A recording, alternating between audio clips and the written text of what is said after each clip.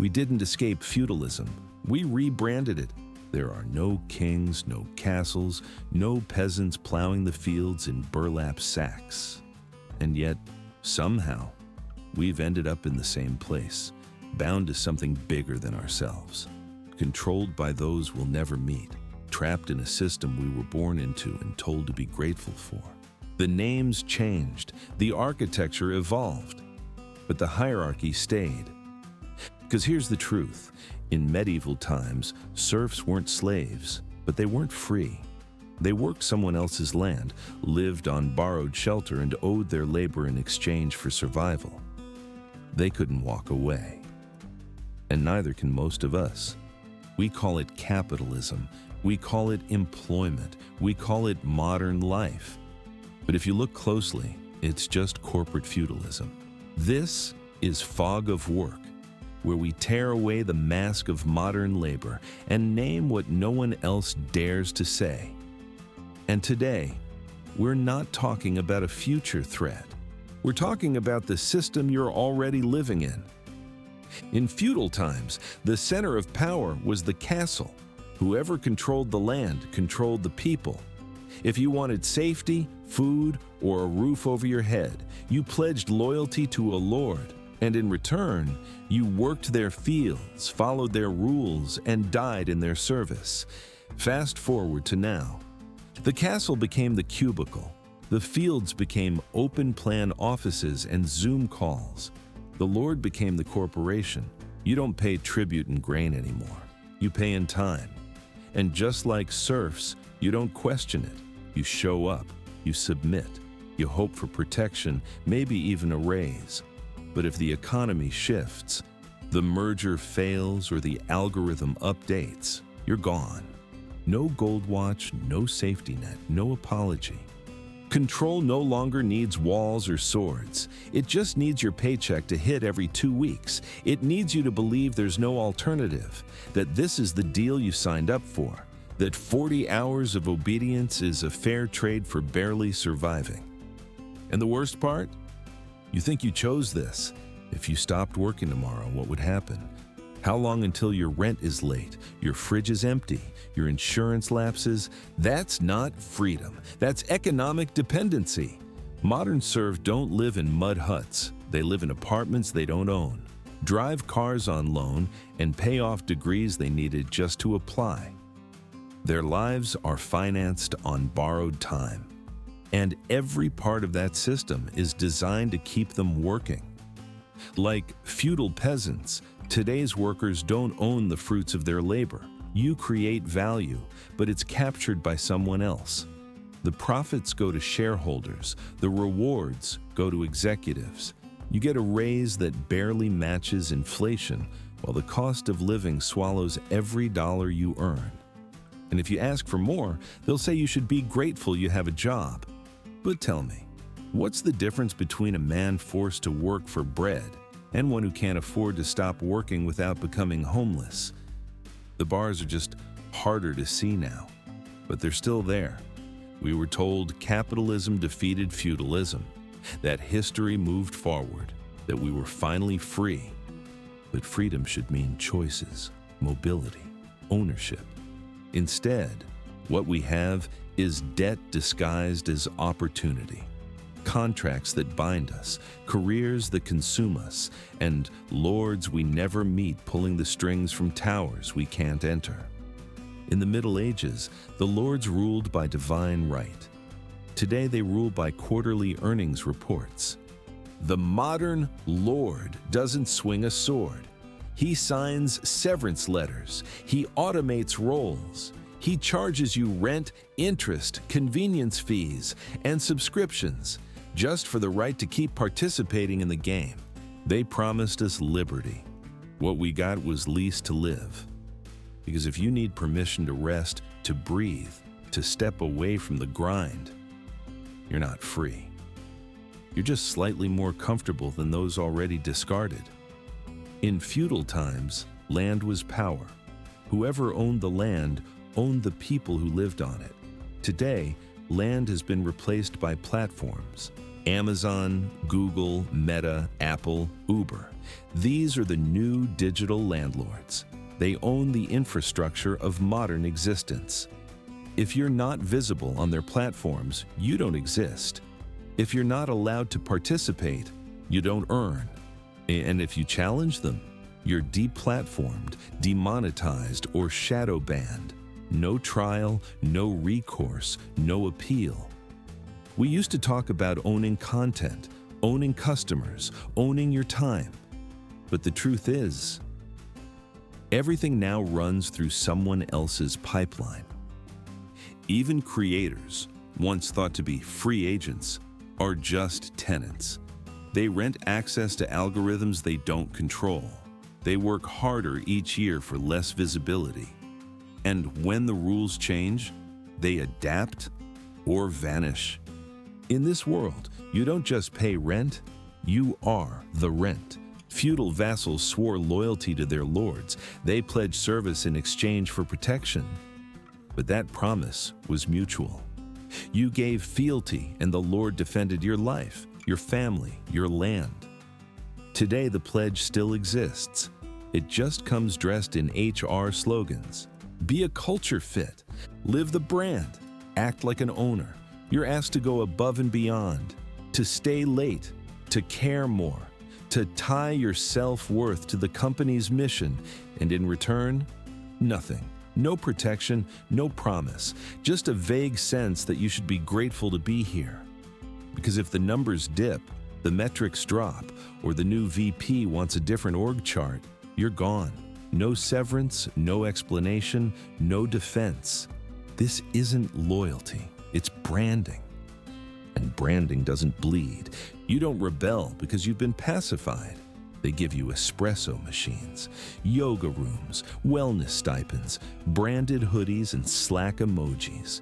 It looks generous, but it's not generosity, it's strategy. The perks aren't there to free you. They're there to blur the line between life and labor, to make the cage look comfortable. So you stay longer, work harder, feel less entitled to question it. They don't need to beat you into submission. They just need to distract you long enough to forget you're being used. A free snack is cheaper than a raise. A foosball table is cheaper than healthcare. They'll give you everything, except the ability to leave. Maybe you felt it too, the invisible leash, the constant pressure, the sense that you're always on, even when off the clock, that you owe more than you can give, and that no matter how loyal you are, it's never enough.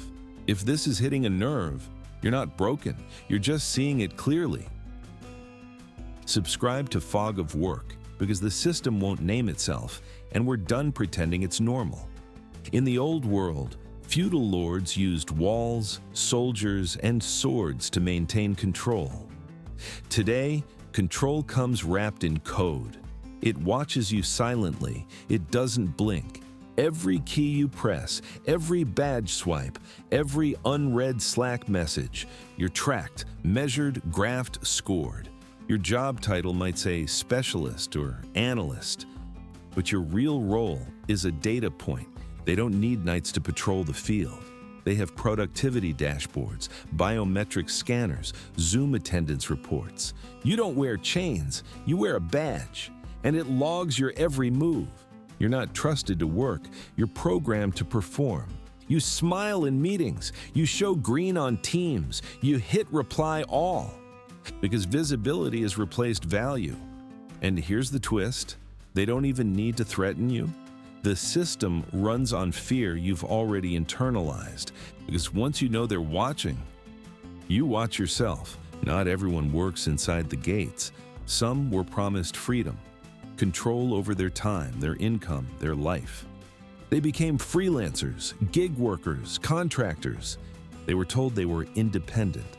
But look closer. The Uber driver has no benefits. The freelancer has no protection. The gig worker has no fallback. They're not empowered. They're disposable. They exist in the cracks of the system, unclaimed, unprotected, unimportant. In medieval times, there were landless warriors, ronin, mercenaries, servants without masters. They drifted, served for scraps, lived on risk. Sound familiar? We dressed it up with platforms and apps, but the outcome's the same. You wait for the next ping. You beg for ratings. You grind until the algorithm notices you, or doesn't. You are free, free to starve, free to hustle until your body breaks, free to disappear when the system no longer finds you useful. And somehow, they still call it freedom.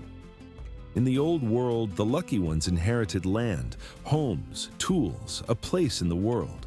Now, we inherit debt, student loans, maxed out cards, medical bills. We inherit burnout, watching our parents spend decades climbing corporate ladders that led nowhere. We inherit a world where homes are investments, not shelter. Where you rent your job, your car, your software, even your rest. Your parents left behind property, you leave behind passwords. Even time is leased. You take breaks that feel like recovery missions. You dream of vacations you can't afford, only to use them catching up on chores and collapsing on the couch. You rent your survival, you finance your exhaustion, and yet you're still blamed for not working harder. If you think people aren't fighting back, you're not looking closely enough. The rebellion is here. It just doesn't look like torches and pitchforks. It looks like log-offs, like silence in meetings, like 2-week notices with no explanation, quiet quitting, career pivots, strategic disengagement. These are not signs of apathy. They're symptoms of refusal. Refusal to keep bleeding for a machine that never says thank you. But the system is clever. It knows how to adapt. It rebrands burnout as grit. It packages resignation as reinvention. It turns rebellion into personal branding. Post your trauma, make it a lesson, turn your suffering into growth. There's an influencer waiting to sell you a course for that. Even your escape is monetized. You wanted to get out. But they made that part of the product too. We kept waiting for the system to collapse. But collapse isn't a headline. It's a condition. You don't hear it crash, you feel it leak. In your rent that rose 20% this year, in your paycheck that stayed the same, in the second job you picked up, the therapist you can't afford, the friend you haven't seen, the dreams you stopped dreaming. This isn't late-stage capitalism. This is the early stage of something worse. We don't live in a democracy of opportunity. We live in digital fiefdoms, ruled by unelected chief executives, enforced by algorithms, and normalized by the media. Feudalism didn't die, it evolved. Today's lords don't need land. They own platforms, patents, pipelines, portfolios. They don't offer protection, they offer exposure. And call it opportunity. And you? You don't even know you've been drafted into this new order. Because the chains don't clang, they sink. You were told you were free. But freedom shouldn't feel like fear. It shouldn't depend on your boss's mood or the algorithm's mood or a shareholder meeting you weren't invited to. You didn't fail. You were never meant to win. And once you understand that, you start to see the system for what it really is.